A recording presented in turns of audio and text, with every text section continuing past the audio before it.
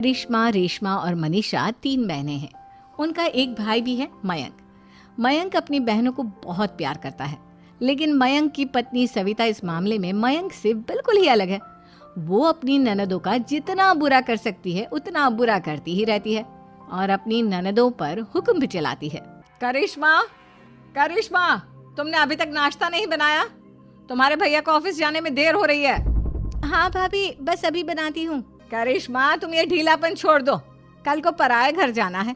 वहाँ अगर तुम इस तरह से काम करोगी तो लोग क्या कहेंगे कि माँ ने और भाभी ने कुछ सिखाया नहीं।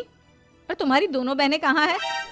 अब रेशमा मार्केट गई है और मनीषा सो रही है। क्या? सुबह के 8 बज रहे हैं और ये महारानी अभी भी सो रही है? ये कहते हुए सविता अपनी सास दुर्गा देवी के पास जाती है। माँ जी, देख रही हो अपनी बेटियों के तौर तरीके? क्या हुआ बहू, सुबह सुबह क्या कर दिया मेरी बेटियों ने? अरे एक तो अभी अभी उठकर किचन में गई है, दूसरी सुबह सुबह बाहर चली गई और तीसरी अभी तक सो रही है। क्या करूं मैं इन तीनों का, मैं तो परेशान हो गई हूँ। जा जाकर उठा उसे और रेशमा से मैं बात करती हूँ। सविता सीधा मनीषा के कमरे में जाती है और उससे कहती है, महारानी जल्दी उठो, सूरज सर पर आ गया है। भाभी थोड़ी देर और सोने दो ना, मैं रात को लेट सोई थी। वो क्या है ना, यूनिट टेस्ट चल रहे हैं। शराफत से उठती है या नहीं, या फिर पानी की भरी बाल्टी डालूं तेरे ऊपर?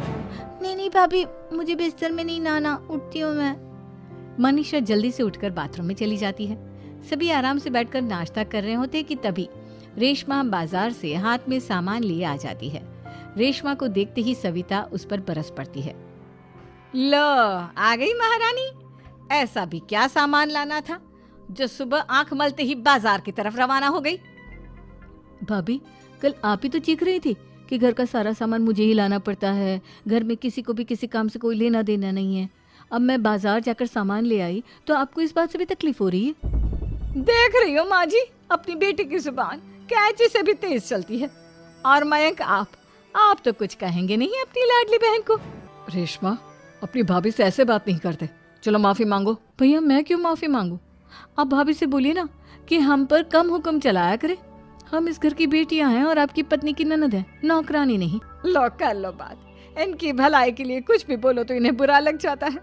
इस घर में यही इज्जत है मेरी। देख लो माँ जी, आपकी बेटी किस लहजे में मुझसे बात कर रही है। सविता वहां से चली जाती है। मयंक को बहुत गुस्सा आता है, वो भी वहां से चला जाता है।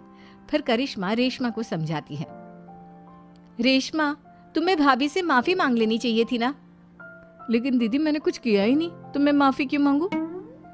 हाँ करिश्मा दीदी, रेशमा दीदी जैसे ही घर में आई भाभी ही उन पर चिल्ला रही थी। हाँ, मैं मानती हूँ कि गलती भाभी की थी। मैं तो इसलिए बोल रही हूँ कि भाभी ने माँ को तो पूरी तरह अपने वश में कर लिया है। वो हमारी बात सुनती ही नहीं। मयंक भैया हमारे लिए हमेशा खड़े रहते हैं, इसलिए उनकी बात का मान तो तुम्हें रखना चाहिए था ना। कोई फायदा नहीं दीदी, कुछ दिनों की बात और है, भाभी उन्हें भी हमारे खिलाफ भड़का देंगी। फिर वो भी माँ की तरह हमारी किसी बात का विश्वास नहीं करेंगे। इसी तरह सविता अपनी तीनों ननदों को किसी न किसी बात पर परेशान करती रहती थी। एक दिन मयंक अपनी तीनों बहनों के लिए गिफ्ट लाया।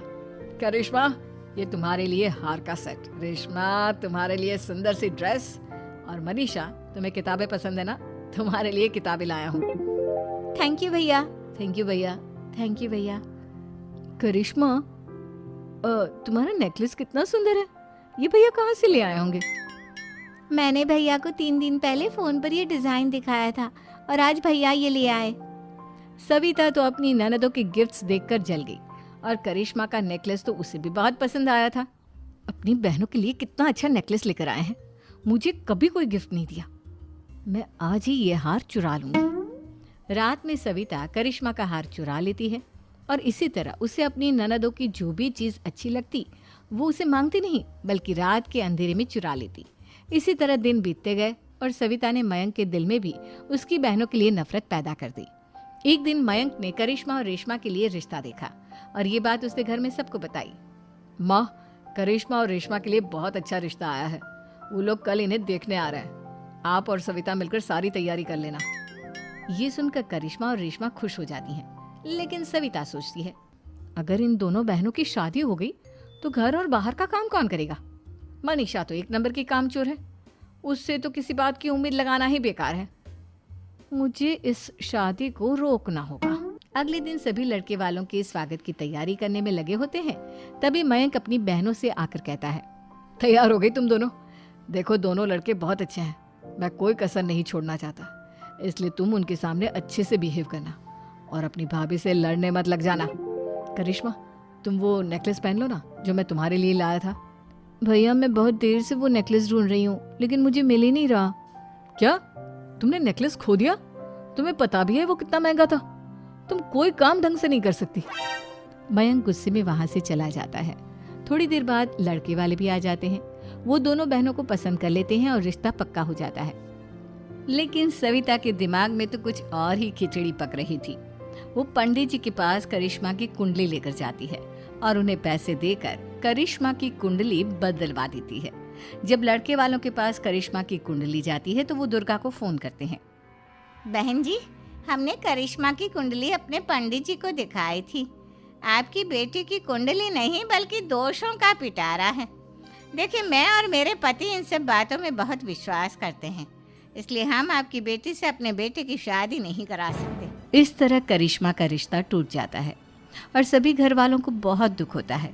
अब कविता सोचती है, चलो करिश्मा का तो रिश्ता टूट गया, अब रेशमा का भी रिश्ता तोड़ना है। क्या करूं? अब सविता आवाज बदलकर किसी अननोन नंबर से रेशमा के होने वाले ससुराल में फोन करती है। हेलो, मैं कौन हूँ कौन नहीं ये आपके लिए जानना ज़रूरी नहीं। बस इतना सुन लो कि रेशमा का 2 साल से किसी के साथ अफेयर चल रहा है। बस रेशमा का रिश्ता तोड़वाने के लिए सविता का इतना कहना काफी था। अब रेशमा का भी रिश्ता टूट गया। मयंक और दुर्गा देवी ने रेशमा को खूब खरी खोटी सुनाई और उससे बार बार उस लड़के के बारे में पूछने लगे। आप दोनों मुझे क्यों परेशान कर रहे हो? अरे कोई लड़का होगा मेरी लाइफ में तो मैं बताऊंगी ना, जब कोई है ही नहीं तो कहाँ से लाऊं मैं कोई लड़का? तो तेरे होने वाले ससुराल वालों को फोन किसने किया था? माँ मैं नहीं जानती किसने फोन किया था, मैं सच कह रही हूँ। मैं तो पहले ही कह रही थी इसकी लगाम खींच कर रखो, लेकिन मेरी सुनता ही कौन है। आप चुप रहिए भाभी, ये सब आपका ही किया धरा है। अब तीनों बहनों को विश्वास हो जाता है कि ये सब उनकी भाभी ही कर रही है। तीनों बहनें अपनी भाभी को सबक सिखाने के लिए एक वकील कर लेती है और घर में हिस्सा मांगना। देखो भैया, माँ बाप की जायदाद में जितना बेटों का हक होता है उतना ही बेटियों का, इसलिए इस घर के 4 हिस्से होंगे और हमें अपना हिस्सा चाहिए। मैंने तुम्हारे लिए क्या क्या नहीं किया और तुम इस घर में हिस्सा मांग रही हो? भैया, आप और माँ हम बहनों की कोई बात नहीं सुनते हो और भाभी हमारी शादी नहीं होने देगी क्योंकि उन्हें लगता है कि आप हमारी शादी में ज्यादा पैसा लगाओगे और उन्हें हम जैसी फ्री की नौकरानी कहाँ मिलेगी। तो हम भाभी के साथ तो रह नहीं सकते, हम बहनों को अपना हिस्सा चाहिए। अरे तुम्हें शर्म आनी चाहिए अपनी भाभी पर ऐसा इल्जाम लगाते हुए। वो तुम्हारे बारे में कितना सोचती है। हाँ माँ, भाभी हमारे बारे में बहुत सोचती है, दिन रात बस यही सोचती रहती है कि किस तरह से अपनी तीनों ननदों को परेशान करूं और कभी मुझे पढ़ने भी नहीं देती। दोनों बहनों का रिश्ता भी तो इन्होंने ही तोड़वाया है और रात में हमारे कमरे में आकर हमारी चीजें भी चुराती हैं। इसी तरह सविता की तीनों ननदें अपनी बात पर अड़ी रही। अब कोर्ट में तारीख भी शुरू हो गई। जब सविता को लगा कि उसकी तीनों ननद इतनी आसानी से नहीं मानने वाली, तो उसने अपने पति और सास को सारी सच्चाई बता दी और अपनी तीनों ननद से माफी मांगी। मयंक और दुर्गा को भी अपनी गलती का एहसास हो गया। अब सविता खुद करिश्मा और रेशमा के लिए अच्छा रिश्ता ढूंढती है और उनकी शादी करवाती है।